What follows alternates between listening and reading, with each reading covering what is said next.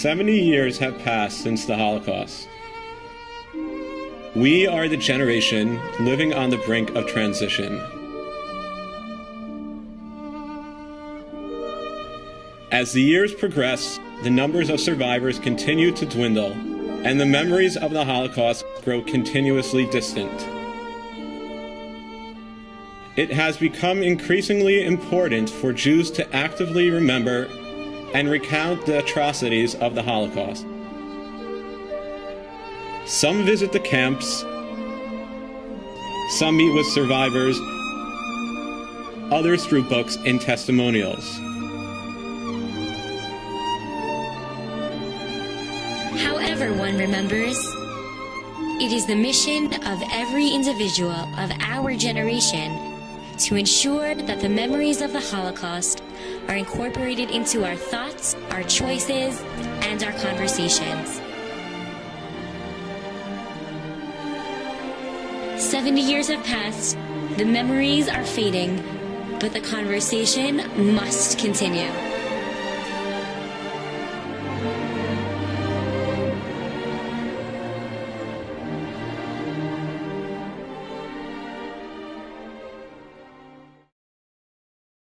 I think that my generation and the past generations were really lucky to be able to have the Holocaust survivors sitting in front of them and telling them their stories, and you're getting a one-on-one experience with these people. For the next generation, we probably won't have a lot of the survivors left, but there is always that thought process in the back of my head of how are my kids going to know about the Holocaust? How are my kids going to be able to relate it to their lives? I had my grandfather, I looked to him. Who are these kids going to look at? We need to be that next generation, be able to relay this over to our children and our grandchildren. We are in the year 2014, and the Holocaust happened 70 plus years ago, and the survivors are slowly sweeping away. And they're not going to be around to tell their stories. Their stories are going to come to us, and we're going to be responsible. Talking about the specifics of what happened to people. Talking about what happened to my grandparents, other people's grandparents, all the 6 million specific names who perished during the Holocaust. I think it's important to tell the stories of the Holocaust, even 70 years later, because that's what being a Jew is all about. It's about feeling part of that collective story of the Jewish people.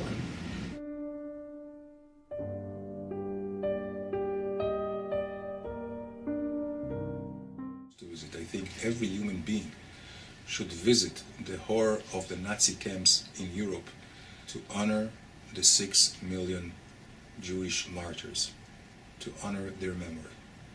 And secondly, and equally important, to make sure it will never happen again. It is a moral duty for every individual to make sure it will never happen again. אין מחר בלי אתמול. הזיכרון מחדד את זה מאוד. הביקור מאפשר לנו לזכור לעומק, לראות לנגד עינינו מעט במעט, ולהבין איזה נורא, איזה שואה אדירה הייתה שם, וכך ליצור את החיבור בין הדורות. There's nothing like stepping foot into a camp, and there's nothing like stepping foot, into like an old shul that no longer has members in it, but that used to, and that was rich with, people there, like my grandparents and like my ancestors. I gained such an understanding of what happened and things that I can't put into words, but at least now I have a tangible or intangible sense of what we had and what makes us who we are. Once I was in Poland, I really felt that those who perished were my own family, and it was able to hit home for me on a much deeper level than it did previously. I really felt connected to the rest of the Jews and the rest of the people who survived the camps from that experience, and not just a soul connection to my grandmother's experience, but really to everyone else who had gone through it. Towards the end of my trip, when we were almost ready to leave Auschwitz, as a group, we all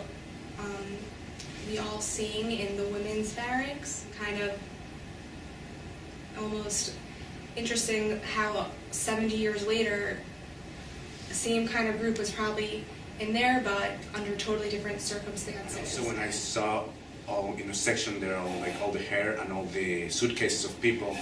Like people keep saying like 6 million, but I don't think we really understand what 6 million means. And like when I see all these individual like suitcases, it just gives you a little like a minimal perspective of the amount of people that were victims. It is a life-changing experience for everyone I know, Jewish and non-Jewish alike.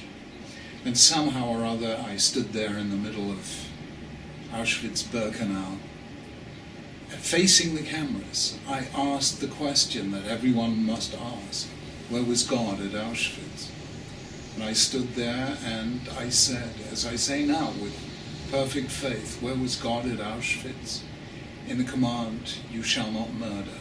In the command, you shall not oppress a stranger. In the words, your brother's blood is crying to me from the ground. HaKadosh Baruch Hu was there, but humanity wasn't listening. And that must never happen again. I think it's also really even more important than for us to go to Poland, that the next generation will have these trips to Poland, because even though the generation of Holocaust survivors is unfortunately dying out, the land will still be there, the museums will still be there, and that's going to be the biggest thing that can impact the next generation. If it happens to them, it can happen to me, and it's my obligation to educate myself and to educate other people about what can happen and what happens. The highest level of civilization, we're able to descend to the basest levels of depravity, not just to kill another people, but to torment and torture and annihilate. Even though the study of the Holocaust is obligated in the school, in all the schools in France, I see that this job has to be very well done, because when it's not, we see the consequences in the real life, and it's really dangerous. Like when I see that every day, almost every day, a Jew is being attacked because we don't respect or we don't give memory to this horrible event of history. Somehow the job wasn't done very well, and maybe they should rethink the way to teach what happened. One thing that's always bothered me about Holocaust education, if you go to any of the museums and you go from exhibit to exhibit and you see pictures of Jews being beaten up and Nazis spitting on Jews, what kinds of feeling do you walk out with? You know, it's not that the Jews were victims, it's that there was this huge evil act and cruelty in the world. And it's about how to stand up to this cruelty, you know, how to face this evil. I think it's important to make it personal to the next generations, not just from textbooks or from sources learning about it, but to be able to hear personal stories. How many people will cry if a teacher gets in front of a classroom and says 6 million people perished? Not many. But if that teacher tells a story of a mother holding her baby saying Shema Yisrael in a gas chamber, is much more likely to force students to shed a tear and to connect to this event. There is something we haven't yet done. We have not created a service, either for shul or the home, to recall the Holocaust for all generations the way we do in terms of the Seder service on Pesach. No way of teaching over the Holocaust like we do by Pesach. I mean, that happened thousands and thousands of years ago, but we know what happened. We know exactly what happened. I mean, we have the matzah that taught us how quickly we left Mitzrayim. We have the Mar to teach us about the bitterness. We have a Seder for something like that, but we don't have a Seder for the Shoah. We don't have a Seder for the Holocaust. I mean, I don't know. We just don't have something like that. We have to devise a service for home and for shul that will teach future generations to remember the Shoah, even when there are no more survivors. That's something I'm very interested in doing. It's a promise I made to the survivors that we will never forget them. And I think it remains something we need to do.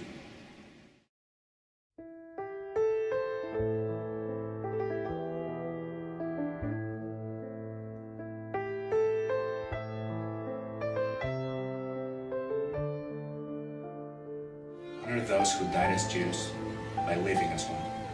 My grandfather, despite the fact that he was starving, despite the fact that he was in a ghetto in Krakow, he made his utmost effort to try to keep as many mitzvahs as possible. That's the way they survived. That's the way they held on.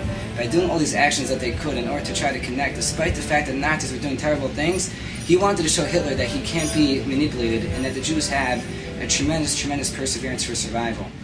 My grandparents survived through the kindness of others and the warmth of family. To my mind, the most powerful message was said by Martin Luther King when he said, in the end we will remember not the words of our enemies, but the silence of our friends. We must never be silent when people are being persecuted. Remember their names and remember their stories. We have one common bond. Only by remembering can we move forward. How can I not commemorate what they stood for? It's always darkest before the dawn, but you only appreciate the light when you've seen the darkness. Be proud of where you came from.